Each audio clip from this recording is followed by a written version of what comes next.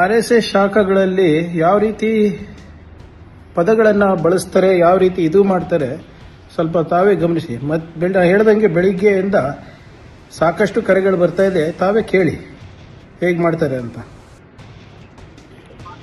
Hello, क्या होता? हाँ? तू कौन है? तू तेरे जैसा औलाद निकला है ना इंडिया में भाई. हाँ? क्या प्रॉब्लम क्या है तुम्हारा? प्रॉब्लम क्या है तुम्हारा? अरे इसके बारे में तो बोलने का तेरी औकात है? तेरी औकात है क्या? हाँ? ಶಬಾಷ್.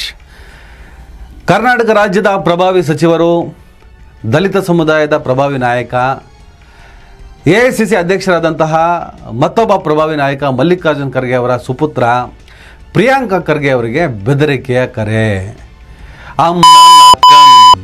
ಎಲ್ಲ ರೀತಿಯ ಕೆಟ್ಟ ಬೈಗುಳಗಳು. ಬೆದರಿಕೆ ಹಾಕಿದವನು ಹಿಂದಿ ಮಾತಾಡ್ತಾ ಇದ್ದ, ಹಿಂದಿ ಭಾಷೆಯಲ್ಲೇ ಬೆದರಿಕೆ ಹಾಕ್ತಾ ಇದ್ದ. ಅವನಿಗೆ ಭಾಳ ಸ್ಪಷ್ಟವಾಗಿ ಗೊತ್ತಿದೆ, ನಾನು ಬೆದರಿಕೆ ಹಾಕ್ತಾ ಇರೋದು ಕರ್ನಾಟಕ ರಾಜ್ಯದ ಪ್ರಭಾವಿ ಸಚಿವರಿಗೆ. ಆತನಿಗೆ ಭಾಳ ಸ್ಪಷ್ಟವಾಗಿ ಗೊತ್ತಿದೆ, ನಾನು ಬೆದರಿಕೆ ಹಾಕ್ತಾ ಇರೋದು ಕಾಂಗ್ರೆಸ್ಸಿನ ಪ್ರಭಾವಿ ನಾಯಕನಿಗೆ. ಆತನಿಗೆ ಭಾಳ ಸ್ಪಷ್ಟವಾಗಿ ಗೊತ್ತಿದೆ, ನಾನು ಬೆದರಿಕೆ ಹಾಕ್ತಿರೋದು ದಲಿತ ಸಮುದಾಯದ ಪ್ರಭಾವಿ ನಾಯಕನಿಗೆ.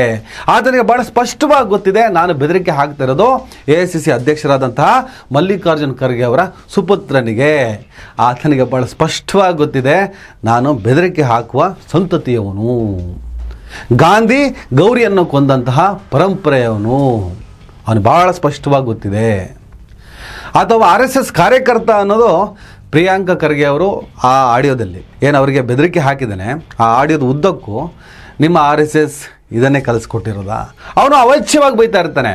ಪ್ರಿಯಾಂಕ ಖರ್ಗೆ ಅವರು ಭಾಳ ತಾಳ್ಮೆಯಿಂದ ಉತ್ತರ ಕೊಡ್ತಿರ್ತಾರೆ, ಅವನಿಗೆ ಬಹುವಚನದಿಂದನೇ ಉತ್ತರ ಕೊಡ್ತಿರ್ತಾರೆ, ಮರ್ಯಾದೆಯಿಂದನೇ ಉತ್ತರ ಕೊಡ್ತಿರ್ತಾರೆ. ನಿನ್ನ RSSನ ಶಾಖೆಗಳಲ್ಲಿ ನೀನು ಕಲ್ತಿದ್ದು ಇದೇನಾ?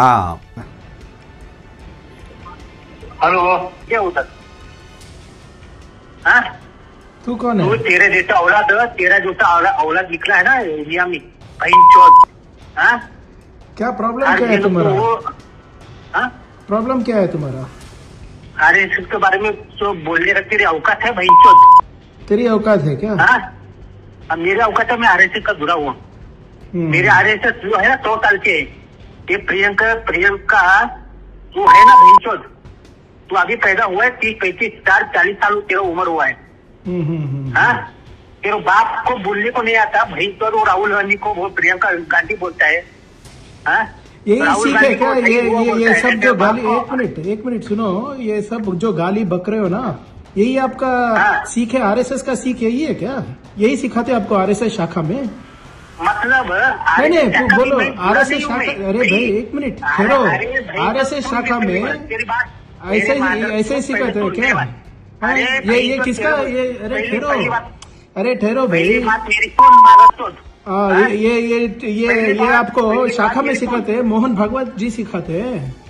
कौन? BL संतोष जी सिखाते हैं. अरे भाई तो पहले मेरी बात सुन, पहली बात तो सुनते जा. बात सुनने की औकात रखते जा भाई. ಇಲ್ಲ ಕೇಳಿ. लेकिन ठहरो, तुमको तेरी माँ की पूछ तेरे जैसे हर तो तेरी माँ को पूछने वाले नहीं है. तो ये सब सीख. ಮೋಹನ್ ಭಾಗವತ್ ನಿಮ್ಮ RSSನ ಮುಖ್ಯಸ್ಥರಾಗಿರುವಂತಹ, ನಿಮ್ಮ RSSನ ಮುಖ್ಯಸ್ಥರಾಗಿರುವಂತಹ ಮೋಹನ್ ಭಾಗವತ್ ಅವರು ನಿಮ್ಗೆ ಇದೇ ಹೇಳ್ಕೊಟ್ಟಿರೋದಾ? ಪ್ರಿಯಾಂಕ ಖರ್ಗೆ ಉದ್ದಕ್ಕೂ ಹೀಗೆ ಮಾತಾಡ್ತಿರ್ತಾರೆ, ಆದರೆ ಆತ ಅವಾಚ್ಯ ಶಬ್ದಗಳಿಂದ ನಿಂದಿಸ್ತಿರ್ತಾನೆ. ನನ್ನ ಪ್ರಶ್ನೆ ಇರೋದು, ಒಬ್ಬ ಹಿಂದಿ ಭಾಷೆಯಲ್ಲಿ ಪ್ರಿಯಾಂಕ ಖರ್ಗೆ ಅವರು ಥ್ರೆಟ್ ಹಾಕಿದ್ದಾನೆ. ಅದು ನಿಮಗೆ ಉತ್ತರ ಕರ್ನಾಟಕ, ಬೆಳಗಾವಿ, ಗುಲ್ಬರ್ಗ ಆ ಭಾಗದಿಂದ ಬಂದಿರುವಂತಹ ಹಿಂದಿ ಕರೆಯೂ ಆಗಿರ್ಬೋದು, ಅಥವಾ ಮುಂಬೈ, ಮಹಾರಾಷ್ಟ್ರದ ಕಡೆಯಿಂದ ಬಂದಿರುವಂತಹ ಕರೆಯೂ ಆಗಿರ್ಬೋದು. ಒಂದು ವೇಳೆ ನನ್ನ ರಾಜ್ಯದ ಅಲ್ಲದ ವ್ಯಕ್ತಿಯಿಂದ ಈ ಕರೆ ಬಂದಿದ್ದೇ ಆದರೆ ನಿಸ್ಸಂಶಯವಾಗಿ ನನ್ನ ರಾಜ್ಯದಿಂದಲೇ ಅವರಿಗೆ ನಂಬರನ್ನು ಕೊಟ್ಟಿರ್ತಾರೆ. ಒಂದಿಷ್ಟು ಟೀಮು ಎಲ್ಲ ಮಾಡ್ಕೊಂಡಿರ್ತಾರೆ. ಗಾಂಧಿ ಮತ್ತೆ ಗೌರಿ ಕೊಂದಂತಹ ಪರಂಪರೆ ಅಲ್ವೇ. RSS ಕಾರ್ಯಕರ್ತನಾಗಿದ್ದ ಗೋಡ್ಸೆ, ಆದರೆ ಗಾಂಧಿ ಕೊಲ್ಲುವ ಸಂದರ್ಭದಲ್ಲಿ ಆತ RSSನಲ್ಲಿ ಇರಲಿಲ್ಲ ಅಂತ ಹೇಳ್ಬಿಟ್ಟು ಅದಾದಮೇಲೆ ಕೋರ್ಟ್ನಲ್ಲಿ ಅದನ್ನು ಪ್ರೂವ್ ಮಾಡೋದ್ರಲ್ಲಿ ಅವರು ಯಶಸ್ವಿ ಕೂಡ ಆದರು. ಸಾವರ್ಕರ್, ಗೋಲ್ವಾಲ್ಕರ್, ಗೋಡ್ಸೆ ಸೇರಿದಾಗ ಅನೇಕರು ಗಾಂಧಿ ಪ್ರಕರಣದಲ್ಲಿ ಅರೆಸ್ಟ್ ಆಗಿದ್ದರು. ಅದು ನಿಮಗೆಲ್ಲ ಗೊತ್ತಿರೋ ವಿಚಾರ. ಈ ದೇಶದಲ್ಲಿ 3 ಬಾರಿ ನಿಷೇಧ ಆಗಿರುವ ಸಂಘಟನೆ. ಒಂದು ಗಾಂಧಿ ಹತ್ಯೆಯ ಸಂದರ್ಭದಲ್ಲಿ, ಆಮೇಲೆ ತುರ್ತು ಪರಿಸ್ಥಿತಿಯ ಸಂದರ್ಭದಲ್ಲಿ, ಅದಾದಮೇಲೆ ಬಾಬ್ರಿ ಸಂಘರ್ಷ, ಬಾಬ್ರಿ ಮಸೀದಿ ಡೆಮಾಲಿಷ್ ಆಯ್ತಲ್ಲ, ಆ ಸಂದರ್ಭದಲ್ಲಿ RSS ನಿಷೇಧ ಆಗಿದೆ. ಅದಾದಮೇಲೆ ಪದೇ ಪದೇ ಆಗಾಗ್ಗೆ RSS ನಿಷೇಧ ಮಾಡಬೇಕು ಅನ್ನುವಂಥ ಚರ್ಚೆಗಳು ಆಗ್ತಾ ಇರ್ತವೆ. ತಮಿಳುನಾಡಲ್ಲಿ RSSಗೆ ನಿರ್ಬಂಧವನ್ನು ಕೂಡ ಹೇರಲಾಗಿದೆ. ದ್ರಾವಿಡ ಪರಂಪರೆ ಮೂವ್ಮೆಂಟ್ ಇನ್ನಷ್ಟು ವ್ಯಾಪಕವಾಗಿ ಬೆಳಿಬೇಕು ಅನ್ನುವಂಥ ಚರ್ಚೆ ನಡೀತಾ ಇದೆ. ಯಾಕೆ RSS ಬೇಡ, RSS ಸಿದ್ಧಾಂತ ಬೇಡ? ಇವರು ದೇಶದ ಸಮಗ್ರತೆ, ಸಾರ್ವಭೌಮತ್ವಕ್ಕೆ ವಿರುದ್ಧವಾಗಿ ನಿಂತವರು. ದೇಶದ ಸಮಗ್ರತೆಯ ವಿರುದ್ಧ, ಸಾರ್ವಭೌಮತ್ವದ ವಿರುದ್ಧ, ಇಲ್ಲಿನ ಜಾತ್ಯತೀತ ಅಂಶಗಳ ವಿರುದ್ಧ ನಿಂತವರು. ಹಿಂದೂ ರಾಷ್ಟ್ರದ ಪರಿಕಲ್ಪನೆಯನ್ನು ಹೊತ್ತು ಹೊರಟವರು, ಅಲ್ಪಸಂಖ್ಯಾತರ ವಿರೋಧಿ ಮನಸ್ಥಿತಿ ಉಳ್ಳವರು. ಇವರ ಗುರಿ, ಇವರ ಬಂಚ್ ಆಫ್ ಥಾಟ್ಸ್, ಇದನ್ನು ಓದ್ತಾ ಬಂದರೆ ಇವರ ನಿಲುವೇನು ಅನ್ನೋದು ಅತ್ಯಂತ ಸ್ಪಷ್ಟ ಆಗ್ತದೆ. ಆ ಕಾರಣಕ್ಕೆ RSSನ ದೊಡ್ಡ ಪ್ರಮಾಣದಲ್ಲಿ ಈ ದೇಶದ ಜನ ವಿರೋಧ ಮಾಡ್ತಾರೆ. ಮೊನ್ನೆ RSS ಸ್ಥಾಪನೆಯಾಗಿ 100 ವರ್ಷ ಆಯಿತು. 100 ವರ್ಷದಲ್ಲಿ ಇವರು ಎಷ್ಟು ಪ್ರಮಾಣದಲ್ಲಿ ಯಶಸ್ವಿಯಾಗಿದ್ದಾರೆ ತಮ್ಮ ಉದ್ದೇಶದಲ್ಲಿ ಅಂತ ನೀವು ಕರೆಕ್ಟಾಗಿ ಕ್ಯಾಲ್ಕುಲೇಷನ್ ಆಗ್ತಾ ಬಂದರೆ 20% ಅಷ್ಟೇ. ರಾಜಕೀಯವಾಗಿ, ಸಾಮಾಜಿಕವಾಗಿ ಅವರು 100ಕ್ಕೆ 100ರಷ್ಟು ಇನ್ನೂ ಯಶಸ್ವಿ ಆಗಲಿಲ್ಲ. ಈ ದೇಶದ ನೆಲ, ಈ ದೇಶದ ಸಂಸ್ಕೃತಿ, ಈ ದೇಶದ ಸಂಸ್ಕಾರಗಳು ಆಗಿದ್ದಾವೆ. ಹಾಗಾಗಿ ಇಲ್ಲಿ ದುರುದ್ದೇಶಗಳು ಯಶಸ್ವಿ ಆಗೋದಕ್ಕೆ ಸಾಧ್ಯನೇ ಇಲ್ಲ. ಇನ್ನು ಸಾವಿರಾರು ವರ್ಷಗಳು ಕಳೆದರೂ ಕೂಡ ಈ ದೇಶ ಜಾತ್ಯತೀತ ದೇಶವಾಗಿ ಉಳ್ಕೊಳ್ತವೆ. ಇವರು ಇನ್ನೊಂದು ಹೇಳ್ತಾರೆ, ಅಖಂಡ ಭಾರತದ ಪರಿಕಲ್ಪನೆಯನ್ನು ಬಿತ್ತಿ ಆ ಯುವ ಪೀಳಿಗೆಯ ಮನಸ್ಸಿನಲ್ಲಿ ವಿಷ ಬೀಜವನ್ನು ಬಿತ್ತುವ ಕೆಲಸ ಮಾಡ್ತಾರೆ. ಅಖಂಡ ಭಾರತ ಅಂದ್ರೆ ಏನು? ಆಫ್ಘಾನಿಸ್ತಾನ, ಪಾಕಿಸ್ತಾನ, ಬಾಂಗ್ಲಾದೇಶ ಎಲ್ಲ ದೇಶಗಳನ್ನು ಸೇರಿಸ್ಕೊಂಡು ಒಂದು ದೇಶವನ್ನು ನಾವು ಮಾಡ್ತೀವಿ, ಇದೇ ನಮ್ಮ ಗುರಿ. ಆಗುತ್ತೇನ್ರಿ? ಈಗ ಇಲ್ಲಿರೋ ಸಾಬ್ರನ್ನೇ ಇವ್ರು ಸಹಿಸಲ್ಲ. ಇಲ್ಲಿರೋ ಮುಸಲ್ಮಾನರನ್ನೇ ಪಾಕಿಸ್ತಾನಕ್ಕೆ ಓಡಿಸ್ಬೇಕು ಅಂತ ಮಾತಾಡ್ತಾರೆ. ದಿನ ಬೆಳಿಗ್ಗೆ ಪಾಕಿಸ್ತಾನಕ್ಕೆ ಹೋಗು ಅಂತಾರೆ. ಇನ್ನು ಪಾಕಿಸ್ತಾನವೂ ಸೇರಿಸಿ, ಬಾಂಗ್ಲಾದೇಶವೂ ಸೇರಿಸಿ ಇವರು ಅಖಂಡ ಭಾರತವನ್ನು ಕಟ್ತಾರ. ಆಗ ಪಾಕಿಸ್ತಾನ ಮತ್ತು ಬಾಂಗ್ಲಾದೇಶದ ಮುಸಲ್ಮಾನರು ಏನಾದ್ರು ಸೇರ್ಕೊಂಡ್ರೆ ಮುಸಲ್ಮಾನರ ಸಂಖ್ಯೆ ಏನಾಗ್ಬೋದು ಈ ದೇಶದಲ್ಲಿ? ಆವಾಗ ಇವರ ಕಾರ್ಯ ಯೋಜನೆಗಳು, ಗುರಿಗಳು ಇವೆಲ್ಲ ಈಡೇರೋದಕ್ಕೆ ಸಾಧ್ಯನಾ? ಸುಮ್ಮನೆ ನಾವೇನೋ ಒಂದು ಮಾಡ್ತೀವಿ ಅಂತ ಹೇಳ್ಬಿಟ್ಟು ಏನೋ ಒಂದು ವಿಚಾರವನ್ನು ಯುವ ಮನಸ್ಸಿನಲ್ಲಿ ತುಂಬಿ ತಾವು ಸಾಕ್ತಾ ಇದ್ದಾರೆ. ಅನ್ರಿಜಿಸ್ಟರ್ಡ್ ಸಂಸ್ಥೆ ಅಂತ ಕರೀತಾರೆ. ಅದೇನೋ ಭಾಳ ಚರ್ಚೆಗಳು ಆಗ್ತಾ ಇರ್ತವೆ RSS ಬಗ್ಗೆ. ನಾನು ಸೈದ್ಧಾಂತಿಕ ಸಂಘರ್ಷದ ವಿರುದ್ಧ ಯಾವತ್ತೂ ನಿಂತಿಲ್ಲ. ಪರಸ್ಪರ ಚರ್ಚೆಗಳಿಗೆ ಅವಕಾಶ ಸಿಗಬೇಕು ಈ ಪ್ರಜಾಪ್ರಭುತ್ವ ವ್ಯವಸ್ಥೆಯಲ್ಲಿ ಅಂತ ನಂಬೋದು ನಾನು. ಆದರೆ ಸೈದ್ಧಾಂತಿಕ ಸಂಘರ್ಷಗಳು, ಅವ್ರದ್ದೊಂದು ಸಿದ್ಧಾಂತ, ಇವ್ರದ್ದೊಂದು ಸಿದ್ಧಾಂತ, ಏನೇ ಸಿದ್ಧಾಂತಗಳಿದ್ರೂ ಆ ಸಿದ್ಧಾಂತಗಳ ನಡುವೆ ಸಂಘರ್ಷ ಇರಬೇಕು, ವೈಚಾರಿಕ ಸಂಘರ್ಷ ಇರಬೇಕು. ಜನ ತೀರ್ಮಾನ ಮಾಡ್ತಾರೆ ನೀನು ಸರಿನಾ ಇವ್ರು ಸರಿನಾ ಅಂತೇಳಿ. ಆದರೆ ಬೆದರಿಕೆ, ಗಾಂಧಿಯಿಂದ ಹಿಡಿದು ಗೌರಿಯವರೆಗೂ ಇದನ್ನೇ ಮಾಡ್ತಾ ಬಂದಿದ್ದೀವಿ ನಾವು, ಇದನ್ನೇ ಮುಂದುವರಿಸ್ತೀವಿ ಅಂದರೆ ನಮ್ಮನ್ನು ಬಿಟ್ಟರೆ ಯಾರೂ ಇಲ್ಲ ಅನ್ನುವಂಥ ಒಂದು ಧೂರ್ತ ನಡೆಯಿದೆಯಲ್ಲ, ಅದರ ವಿರುದ್ಧವಾಗಿ ಪ್ರತಿಯೊಬ್ಬರು ಮಾತಾಡಬೇಕಾಗತ್ತೆ. ಕಾನೂನು ಅವ್ರಿಗೂ ಒಂದೇ, ನಮಗೂ ಒಂದೇ, ನಿಮಗೂ ಒಂದೇ. ಪ್ರಿಯಾಂಕರ್ಗೆ ಅದನ್ನೇ ಹೇಳಿದ್ದು. RSSಗೆ 100 ವರ್ಷ ಆಯಿತು. ಅವರು ಸರ್ಕಾರಿ ಶಾಲೆ ಕಾಲೇಜುಗಳ ಮೈದಾನವನ್ನು ಬಳಸ್ಕೊಂಡ್ರು, ಪಥಸಂಚಲನ ನಡೆಸಿದ್ರು. ಇದಕ್ಕೆಲ್ಲ ಪರ್ಮಿಷನ್ ಕೊಟ್ಟಿದ್ಯಾರು? ಈ ದೇಶದಲ್ಲಿ ಅಥವಾ ನಮ್ಮ ರಾಜ್ಯದಲ್ಲಿ ಏನಾದರೂ ಒಂದು ಒಳ್ಳೆಯ ಉದ್ದೇಶಕ್ಕೆ ನಾವು ಪ್ರತಿಭಟನೆ ಮಾಡಬೇಕು, ಹೋರಾಟವನ್ನು ಮಾಡಬೇಕು. ಉದ್ಯೋಗದ ವಿಚಾರ ಇರ್ಬೋದು, ನೀರಾವರಿ ವಿಚಾರ ಇರ್ಬೋದು, ಮೂಲಭೂತ ಸೌಕರ್ಯದ ವಿಚಾರ ಇರ್ಬೋದು, ನಮ್ಮ ದೈನಂದಿನ ಬದುಕಿನ ಅವಶ್ಯಕತೆಗಳಿಗೆ ಸಂಬಂಧಪಟ್ಟಂಥ ಹೋರಾಟ ಇರ್ಬೋದು. ಅದೇನೇ ಹೋರಾಟ ಮಾಡಬೇಕಂದ್ರೆ ನಾವು ಪರ್ಮಿಷನ್ ತೊಗೋಬೇಕು. ಅವರು ನಿರ್ದಿಷ್ಟವಾದ ಒಂದು ಜಾಗ ಕೊಡ್ತಾರೆ. ಪರ್ಮಿಷನ್ ಕೊಟ್ಟರೆ ಆಯ್ತಪ್ಪ ಮಾಡಿ ಅಂತ ಏನಾದರೂ ಹೇಳಬೇಕು. ಅದು ಪೊಲೀಸ್ ಸಂಬಂಧಪಟ್ಟಿದ್ದು, ಕಾನೂನು ಸುವ್ಯವಸ್ಥೆಯ ವಿಚಾರಕ್ಕೆ ಸಂಬಂಧಪಟ್ಟಿದ್ದು. ಹಾಗೊಂದು ವೇಳೆ ಅವ್ರು ಪರ್ಮಿಷನ್ ಕೊಟ್ಟ ಮೇಲೂ ಕೂಡ ನಾವು ನಿರ್ದಿಷ್ಟ ಜಾಗದಲ್ಲಿ ಹೋಗ್ಬಿಟ್ಟು ಪ್ರತಿಭಟನೆ ಮಾಡಬೇಕು ಅಥವಾ ಏನೇ ಒಂದು ಕಾರ್ಯಕ್ರಮವನ್ನು ಮಾಡ್ಬೋದು ಅಷ್ಟೇ. ಏನು ಪರ್ಮಿಷನ್ ಇಲ್ಲದೆ ಇಷ್ಟ ಬಂದಂಗೆ ನಾವು ಮಾಡ್ತೀವಿ ಅಂತ ಇವರು ಹೊರಟ್ರಲ್ಲ, ಅದಕ್ಕೆ ಪ್ರಿಯಾಂಕಾ ಖರ್ಗೆ ಅವರು ಆಕ್ಷೇಪವನ್ನು ವ್ಯಕ್ತಪಡಿಸಿದ್ರು. ಸರ್ಕಾರಕ್ಕೆ ಒಂದು ಪತ್ರ ಬರೆದ್ರು, ಇದು ಸರಿ ಇಲ್ಲ, ಇದು ಯಾಕೆ ನೀವು ಅವಕಾಶ ಕೊಟ್ರಿ ಅಂಥೇಳಿ. ಜನ ಸಮುದಾಯದಲ್ಲಿ ದ್ವೇಷ ಬಿತ್ತುವ ವಿಭಜಕ ಶಕ್ತಿಗಳು ತಲೆ ಎತ್ತಿದಾಗ ಅವುಗಳನ್ನು ನಿಗ್ರಹಿಸುವುದಕ್ಕಾಗಿ ಹಾಗೂ ದೇಶದ ಜಾತ್ಯತೀತ ಮೌಲ್ಯಗಳನ್ನು ಎತ್ತಿ ಹಿಡಿಯುವುದಕ್ಕಾಗಿ ಸಮಗ್ರತೆ, ಸಮಾನತೆ ಮತ್ತು ಏಕತೆಯ ಮೂಲಭೂತ ತತ್ವಗಳನ್ನೊಳಗೊಂಡ ಸಂವಿಧಾನವು ನಮಗೆ ಅಧಿಕಾರವನ್ನು ನೀಡುತ್ತೆ.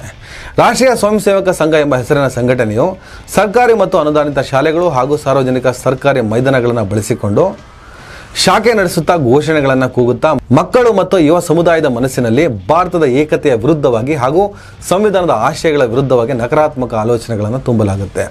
ಪೊಲೀಸ್ ಅನುಮತಿ ಪಡೆಯದೆ ದೊಣ್ಣೆಗಳನ್ನು ಹಿಡಿದು ಆಕ್ರಮಣಕಾರಿ ಪ್ರದರ್ಶನ ನಡೆಸುವ ಮೂಲಕ ಮುಗ್ಧ ಮಕ್ಕಳು ಹಾಗೂ ಯುವ ಜನರ ಮನಸ್ಸಿನ ಮೇಲೆ ದುಷ್ಪರಿಣಾಮ ಬೀರಲಾಗ್ತಿದೆ.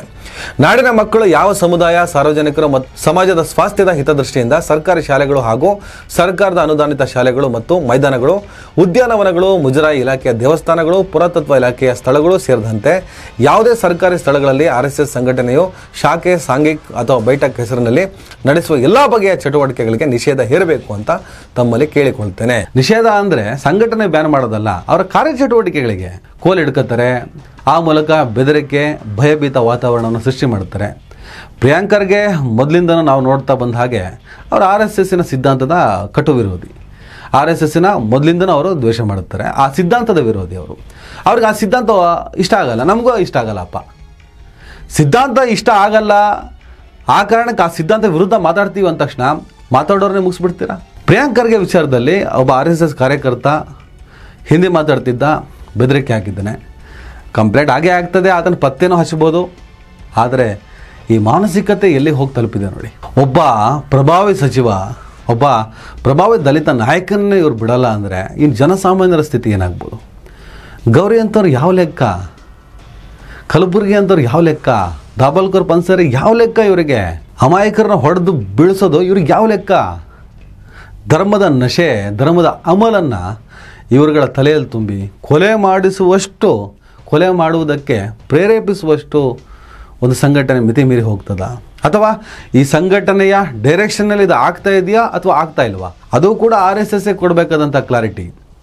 ರಿಜಿಸ್ಟರ್ ಆಗಿದೆಯೋ ಆಗಿಲ್ವೋ, ದೊಡ್ಡ ಸಂಖ್ಯೆ ಇದೆ, ದೊಡ್ಡ ದೊಡ್ಡ ಪಥಸಂಚಲನ ಮಾಡ್ತಾರೆ, 100 ವರ್ಷ ಆಯಿತು ಅಂತ ಹೇಳ್ತಾರೆ, 5-6 ಲಕ್ಷ ಶಾಖೆಗಳಿದ್ದಾವೆ ಅಂತ ಹೇಳ್ತಾರೆ. ಹಾಗೆ RSS ಒಂದು ಬೆಳೆದು ನಿಂತ ಬಲಿಷ್ಠವಾದ ಸಂಘಟನೆ. ಎಲ್ಲ ವಲಯಗಳಲ್ಲೂ, ದೇಶದ ಎಲ್ಲ ವಲಯಗಳಲ್ಲೂ ಹಾಸು ಹೊಕ್ಕಾಗಿರುವಂಥ ಸಂಘಟನೆ. ರಿಜಿಸ್ಟರ್ ಆಗಿದೆಯೋ ಆಗಿಲ್ವೋ, ಆಗಬೇಕಿತ್ತು, ರಿಜಿಸ್ಟರ್ ಮಾಡ್ಕೊಂಡೆ ಎಲ್ಲದೂ ಮಾಡಬೇಕು ಅಂತಿದೆ. ಆದರೆ ಆ ಸಂಘಟನೆಗೆ ಮೊದಲಿನಿಂದನೂ ಒಂದು ವಿನಾಯಿತಿ ಇದೆ. ಇವತ್ತು ಆಡಳಿತದಲ್ಲಿರುವಂಥ ಸರ್ಕಾರ ಇನ್ನಿತರ ವಿಚಾರಗಳು ಕೂಡ ಅದಕ್ಕೆ ಪೂರಕವಾಗಿದೆ. ಹಾಗಾಗಿ ಅದಕ್ಕೆ ಕಡಿವಾಣ ಸಾಧ್ಯ ಇಲ್ಲ ಅಂತಲೇ ಇಟ್ಕೊಳ್ಳೋಣ. ಅದು ಕಾಂಗ್ರೆಸ್ ಅವಧಿಯಲ್ಲೂ ಕೂಡ ಇದು ಬೆಳೆದು ನಿಲ್ತು. 3 ಸಾರಿ ನಿಷೇಧ ಮಾಡಿದ್ದು ಕಾಂಗ್ರೆಸ್ಸೇ ಆದರೂ ಕೂಡ ಆ ನಿಷೇಧವನ್ನು ಹಿಂತೆಗೆದುಕೊಂಡಿದ್ದು ಕೂಡ ಕಾಂಗ್ರೆಸ್ಸೇ. ಇದನ್ನು ನಾವು ಯಾವತ್ತೂ ಕೂಡ ತಲೆಯಿಂದ ತೆಗೆದು ಹಾಕಲೇಬಾರ್ದು. ನಿಯಂತ್ರಣ ಮಾಡಬೇಕಾದಂತಹ ಕಾಂಗ್ರೆಸ್ಸು ನಿಯಂತ್ರಣ ಮಾಡಲಿಲ್ಲ. ಇವತ್ತು ಅಧಿಕಾರದಲ್ಲಿ ಕಾಂಗ್ರೆಸ್ ಇಲ್ಲ. RSSನ ಕೃಪಾ ಕಟಾಕ್ಷದಿಂದ ಬೆಳೆದು ನಿಂತಹ ಭಾರತೀಯ ಜನತಾ ಪಾರ್ಟಿ ಅಧಿಕಾರದಲ್ಲಿದೆ. RSSನಿಂದನೇ ಬಂದವರೆಲ್ಲ ಲೀಡರ್ಗಳಾಗಿದ್ದಾರೆ, ಪ್ರಧಾನಿಗಳಾಗಿದ್ದಾರೆ.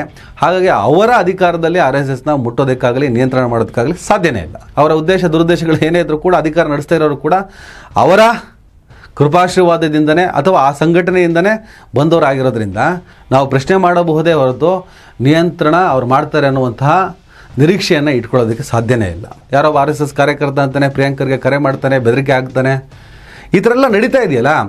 ಇದಕ್ಕೆ RSS ಕ್ಲಾರಿಟಿ ಕೊಡಬೇಕು. ಈಗ ಮೋಹನ್ ಭಾಗವತ್ ಅವರೇ, ಈಗ RSSನ ಮುಖ್ಯಸ್ಥರು, ಈ ಥರ ನಡೀತಾ ಇದೆ, ಇದು ಪ್ರಭಾವಿ ಸಚಿವನಿಗೆ ಕರೆ ಮಾಡಿ ಬೆದರಿಕೆ ಹಾಕಿರೋದ್ರಿಂದ, ಇವರು ಪದೇ RSSನ ಮೆನ್ಷನ್ ಮಾಡಿ ಮಾತನಾಡಿರೋದ್ರಿಂದ ಮೋಹನ್ ಭಾಗವತ್ ಅವರು ಇದಕ್ಕೆ ಕ್ಲಾರಿಟಿ ಕೊಡಬೇಕು. ನಮ್ಮ ಸಂಘಟನೆ ಈ ಥರದ ಕೆಲಸವನ್ನು ಮಾಡಲ್ಲ. ನಾವು ನೇರವಾಗಿ ಭಾಗವಹಿಸಿದಂಥ ಯಾವುದಾದ್ರೂ ಒಂದು ಕ್ರೈಮ್ ಇದ್ದರೆ ನೀವು ತೋರಿಸಿ, ಕ್ರಿಮಿನಲ್ ಪ್ರಕರಣ ಇದ್ದರೆ ತೋರಿಸಿ, ನಮ್ಮ ಹೆಸರು ಹೇಳ್ಕೊಂಡು ಮಾಡ್ತಾರೇನೋ ಅದಕ್ಕೆ ನಮ್ಗೆ ಸಂಬಂಧ ಇಲ್ಲ, ಏನಾದರೂ ಒಂದು ಕ್ಲಾರಿಟಿನ ಅವ್ರು ಕೊಡಲೇಬೇಕಾಗ್ತದೆ. RSS ಸಿದ್ಧಾಂತ, ಆ ಬಂಚ್ ಆಫ್ ಥಾಟ್ಸು ಓದಿರೋರಿಗೆ ಆ ಸಿದ್ಧಾಂತ ಇಷ್ಟ ಆಗದೇ ಇರ್ಬೋದು. ಹಾಗೆ ಅದನ್ನು ಓದ್ಕೊಂಡವ್ರಿಗೆ ಇಷ್ಟ ಆಗಲೂಬಹುದು. ಇಷ್ಟಪಡೋರು ಇದ್ದಾರೆ, ಇಷ್ಟಪಡದೇ ಇರೋರು ಇದ್ದಾರೆ. ಆ ವೈಚಾರಿಕ ಸಂಘರ್ಷಗಳನ್ನು ನಾವು ಪಬ್ಲಿಕ್ ಡೊಮೇನ್ನಲ್ಲಿಟ್ಟಾಗ ಪಬ್ಲಿಕ್ ತೀರ್ಮಾನ ಮಾಡ್ತಾರೆ ಯಾವ್ದು ಬೇಕು ಯಾವ್ದು ಬೇಡ. 100 ವರ್ಷದಲ್ಲಿ 20% ಯಶಸ್ಸು ಸಾಧಿಸಿದೆ ಅಂದರೆ 80% ಜನರಿಗೆ ಈ 100 ವರ್ಷದಲ್ಲಿ ಅದು ಇಷ್ಟ ಆಗಲಿಲ್ಲ ಅಂತ ಅರ್ಥ. ಆದರೆ 20% ಜನರಿಗೆ ಇಷ್ಟ ಆಗಿದೆ ಅಂತ ಅರ್ಥ. ಇಷ್ಟಪಟ್ಟವರ ಸಂಖ್ಯೆನೂ ಇದೆ, ಅದು ಸ್ವಲ್ಪ ಇರ್ಬೋದು. ಆದರೆ ಇಷ್ಟಪಡದಿರುವವರ ಸಂಖ್ಯೆ ದೊಡ್ಡ ಪ್ರಮಾಣದಲ್ಲಿದೆ. ಸಂಘರ್ಷ ಬೆದರಿಕೆ ಹಾಕುವ ಮಟ್ಟಕ್ಕೆ ಹೋಗುತ್ತೆ, ಕೊಲೆ ಮಾಡುವ ಮಟ್ಟಕ್ಕೆ ತಲುಪುತ್ತೆ ಅಂದರೆ ಕ್ರೌರ್ಯ ಮಿತಿ ಮೀರ್ತಾ ಇದೆ ಅಂತಲೇ ಅರ್ಥ. ಕರ್ನಾಟಕ ಸರ್ಕಾರ ತುಂಬ ತಲೆ ಕೆಡಿಸ್ಕೋಬೇಕು ಈ ವಿಚಾರನ. ನಾಳೆ ಏನಾದರೂ ಅನಾಹುತ ಆಯಿತು ಅಂದರೆ ಆಮೇಲೆ ಕಣ್ಣೀರಿಟ್ಟು ಬಾಯಿ ಬಡ್ಕೊಂಡು ವಿ ಸ್ಟ್ಯಾಂಡ್ ವಿತ್, ಬಿತ್ತಿದ್ದೇವೆ ಬೆಳೆಯುತ್ತೇವೆ ಅಂದೇನೋ ಪ್ರಯೋಜನ ಇಲ್ಲ. ನಮಸ್ಕಾರ. ದಯವಿಟ್ಟು ಎಲ್ಲರೂ ಈ ಚಾನಲ್ನ ಸಬ್ಸ್ಕ್ರೈಬ್ ಮಾಡಿ. ನಿಮ್ಗೆ ಇಷ್ಟ ಆದರೆ ಈ ಚಾನಲ್ಗೆ ಜಾಯ್ನ್ ಆಗಿ. ಈ ವಿಡಿಯೋ ಇಷ್ಟ ಆದರೆ ದಯವಿಟ್ಟು ಎಲ್ಲರೂ ಶೇರ್ ಮಾಡಿ. ಸ್ವತಂತ್ರ ಪತ್ರಿಕೋದ್ಯಮವನ್ನು ಬೆಂಬಲಿಸಿ.